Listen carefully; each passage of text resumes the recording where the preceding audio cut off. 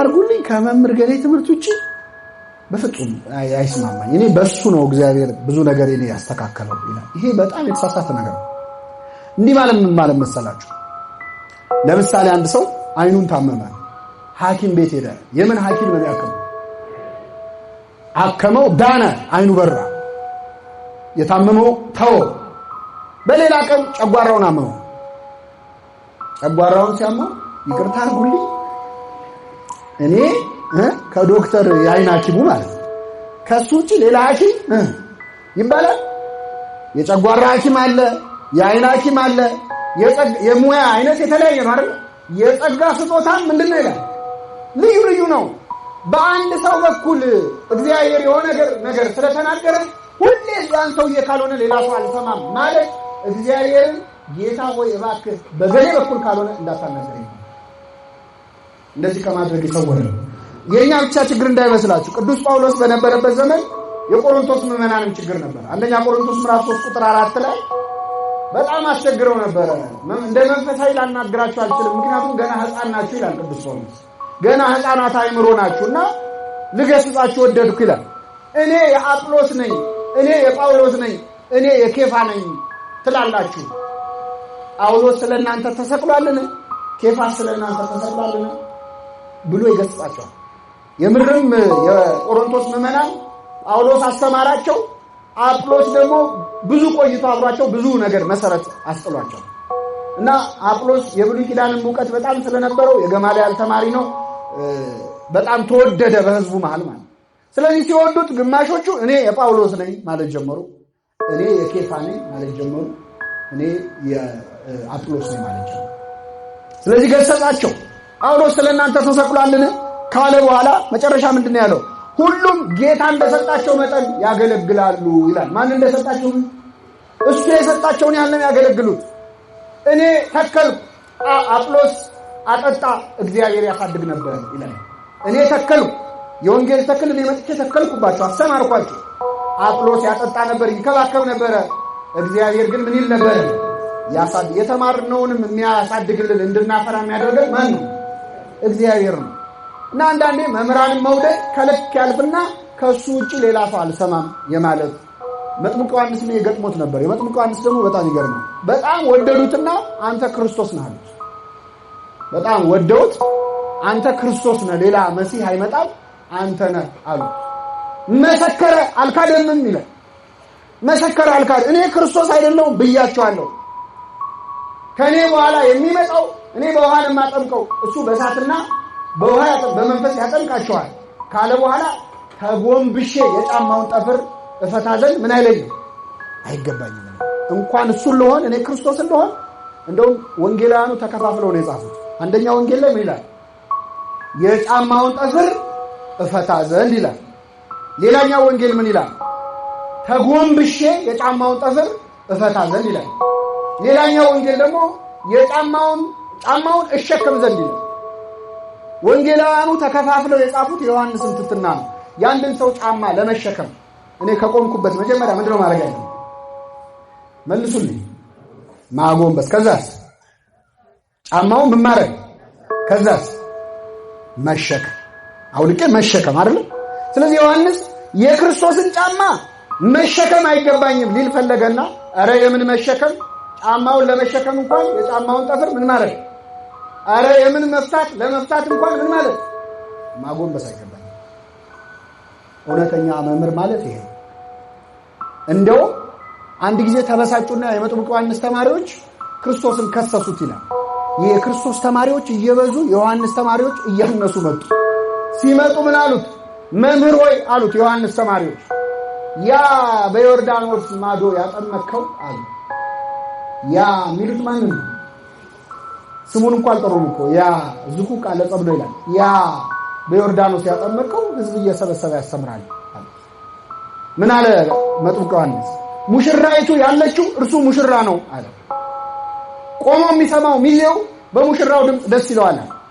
ሙሽራይቱን ይዞ የመሄድ መብት ያለው ማን ነው? ሙሽራው ነው። ሚዜው ስራው ሙሽራና ሙሽራይቱን ምን ማድረግ ነው? ማገናኘት ነው ወይስ አብሮ ጫጉላ ሽልሽል ይሄድ?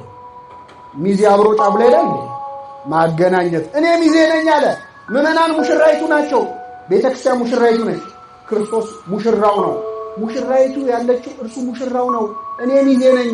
እነሱን ካገናኘው በኋላ ደስታ የተፈጸመ እሱ ሊልቅ እኔ ላንስ ይገባኛል አለ። በረከቱ ይደርብን።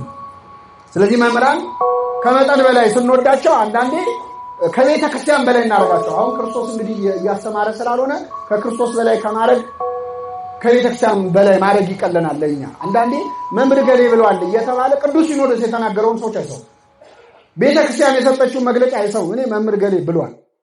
የክርስቶስ አካል የሆነች ቤተ ክርስቲያን እየተናገረች መምህሩን ማስበለጥ። እስከ አምልኮም የገቡ ነበሩ። ሐዋርያት አንድ ቦታ ሄደው አስተማሩ። በጣም ሲያስተምሩ ታምር ሲፈጽሙ ህዝቡ ደስ አለውና ድስት አቀረበላቸው። ምን ሊያደርግ? መስዋዕት ሊሰዋ ለነሱ። ሐዋርያት ሮጠው አመለጡ ይላል። ወደ እግዚአብሔር ዞር ትሉ ዘንድ እንለምናችኋለን። ወደ ማን ዞር ትሉ ዘንድ?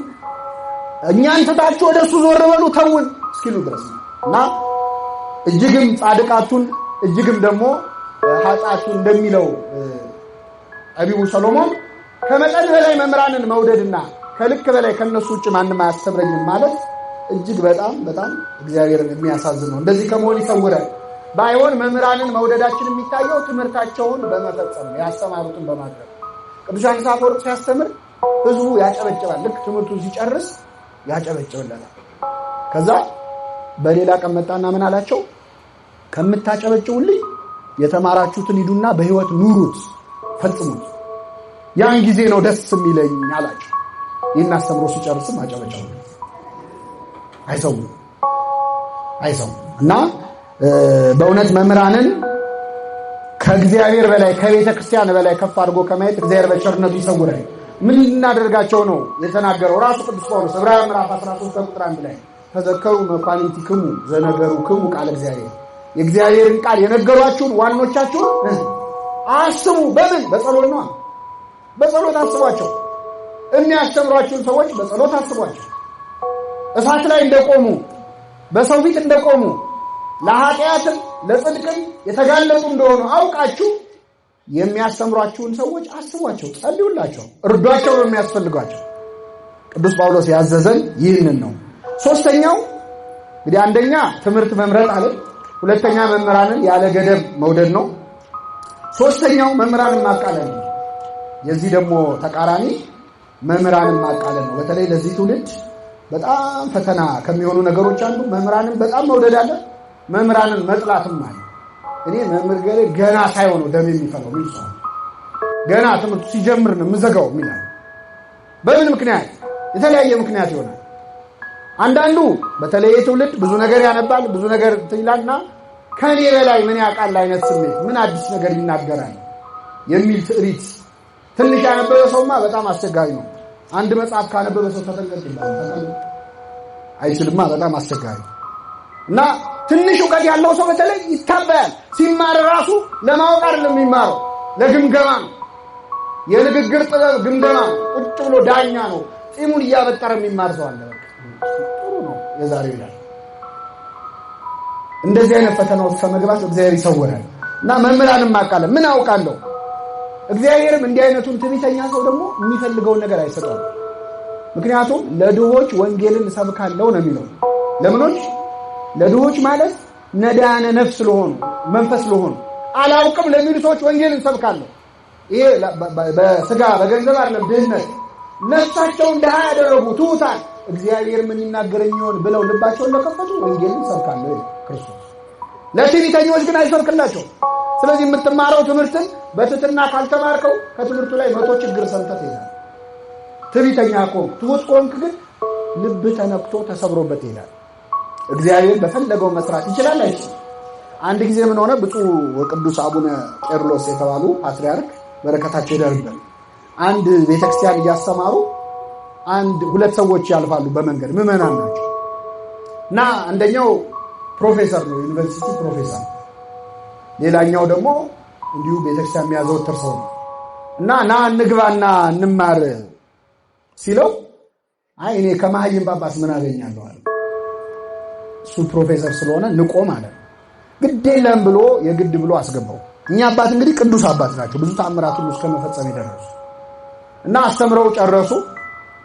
ሲጨርሱ ዞረው ህዝቡን ማሳለም ጀመሩ እና ሲያሳልሙ እሱ ጋር ሲደርሱ ከመሃይም ጳጳስ ምን አገኛለሁ ብለህ መጣህ? መቅደስ ውስጥ እያስተማሩ በተሰጣቸው ጸጋ የተናገረውን ሰምተው በረከታቸው ይደርብህ። አንዳንዴ በቃ ከኔ በላይ ምን ያውቃል አይነት ትዕቢት አዋቂ ነኝ ማለት ወይ ምን ያልተማርኩት ምን አዲስ ነገር አለ ኑ ተማሩ ሲባሉ አንዳንድ ሰው ምን ኮርስ ሰንበት ትምህርት ብዙ እስመ ርዕስ አለ ክህደት ጸጊበ ትምህርት ወጡ ይላል። ትምህርት በቃይ ማለት የክህደት መጨረሻው። አንድ ሰው በቃ አውቃለሁ መጽሐፍ ቅዱስን እኮ እኔ ከኦሪት ዘፍጥረት እስከ ዮሐንስ ራእይ በልቼዋለሁ የሚል ሰው እግዚአብሔር ያሳያችሁ። እንደዚህ የሚል ሰው አላወቀውም መጽሐፍ ቅዱስ። እያወቀው ስትመጣ እንደውም እያላወቀው የምትመጣ አምላክ ነው እግዚአብሔር። የበለጠ ስታነብ የበለጠ ስትማር ለካ እንዲህ ረቂቅ ነህ እያልክ የምታደንቀው እንጂ የምትታበይበት አምላክ አይደለም። እኛ ግን ዕውቀታችን ውስን ስለሆነ እንታበያለን። ልማር ካለ ግን ሰው አይደለም ከኔ አይነቱ ሰባኪ ቀርቶ ዝቅ ካለ ከዛም ከወረደ ሰው ከሰው ሳይሆን ከትልም የተማሩ አሉ። እነ ቅዱስ ያሬድ ሰባቴ ስትወጣ ስትወርድ አይቶ የተማረው ከምንድን ነው? ከትል። አሁን እኛ ምን እንማራለን? ከትል በእርግጠኝነት በሆነ ነገር ወደታች አውርደ ጭፍልቅ ምንድነው 10 የምትመላለስብኝ ነው የምትለው። እሱ ግን ተማረ። ልብ ላለው ሰው ከትል ይማራል ለካ። በለዓም የተማረው ከአህያ ነው። ከአህያ እግዚአብሔር ያሳየው። እንደውም ተናግራ ማታውቅ አህያ እግዚአብሔር አናገረ። ምን ይላል ቅዱስ ጴጥሮስ ይህን ሲናገር? ቃል የሌለው አህያ በሰው ቃል ተናግሮ የነብዩን እብደት አገደ። እስከዛሬ የምትቀመጥብኝ አህያ አይደለው ለምን ትመታኛለህ አለችው። ስላላገጥሽብኝ ነው። ሰይፍ በእጄ ቢኖር ኖሮ ገልሽ ነበር አላት። ትንሽ የሚገርመው መልስ መስጠቱ። ይሰጣል ለአህያ መልስ። አሁን ውሻ ሄዳችሁ እንዴት አመሻችሁ እግዚአብሔር ይመስገን ትላለህ። በለዓም ደንድኗል። ጭራሽ ያብራራል። እንደዚህ ሰራተኛ ቆጠራት እኮ እስከዛሬ ልማዴ ነው ስትለው አይ እስከዛሬ እንኳን እስከዛሬ ተናግራ ታውቃለች አታውቅም። እንዲህ ልብ ሲደፈን እንደዚህ ነው። ግን እግዚአብሔር ልናገር ካለ አህያንም ይጠቀማል፣ ትልንም ይጠቀማል። አይደለም ያንተ አይነቱን ሰው በአርአያ ሥላሴ የተፈጠረው። ስለዚህ ማንም ቢያስተምር ያስተምረኛል የምንልበትና እግዚአብሔር ያድነን። በእውቀት በእድሜ ከኛ ያነሰን ሰው መምህር ሊያረግ ይችላል። ኢየሉጣን ለሰማዕትነት ያበቃል የ3 ዓመቱ ሕፃን ማን ነው? ቂርቆስ ሕፃን ነው። ሕፃኑን ያናግራል። ቅዱስ ያዕቆብ ዘስሩግ ሕፃን ሆኖ ነው የሰበከው። ቅዳሴ ላይ ሮጦ ገባ። ቁርባን ላይ ሮጦ ሲገባ ጳጳሱ እየቀደሰ ነበረ። ሲያየው ሕፃኑ ተውት መንፈስ ቅዱስ ጠርቶት ነው ብሎ በጽዋው ደሙን አቀበለ። ከዛ ልክ ሲጠጣ አንሰ እፈርህ ሰለስተ ግብራተ 3 ነገር ያስፈራኛል አለ ሕፃኑ። ስንት ነገር ያስፈራኛል? አንደኛው ነፍሴ ከስጋ የምትለይበትን ቀን ሳስብ እፈራለሁ። ሁለተኛው በእግዚአብሔር ዙፋን ፊት ለፍርድ የምቆምበትን ቀን ሳስብ እፈራለሁ።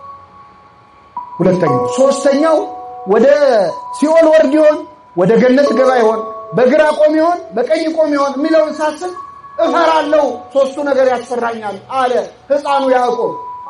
ካህናቱ አለቀሱ። እግዚአብሔር በዚህ ሕፃን አድሮ ገሰጸን ነው ይላል። ልማር ላለ ሰው ምንም ዕውቀት የሌለውን ሰው ተጠቅሞ እግዚአብሔር ማስተማር ይችላል አይችልም? እግዚአብሔር ሁላችንም በቸርነቱ ያስተምረን።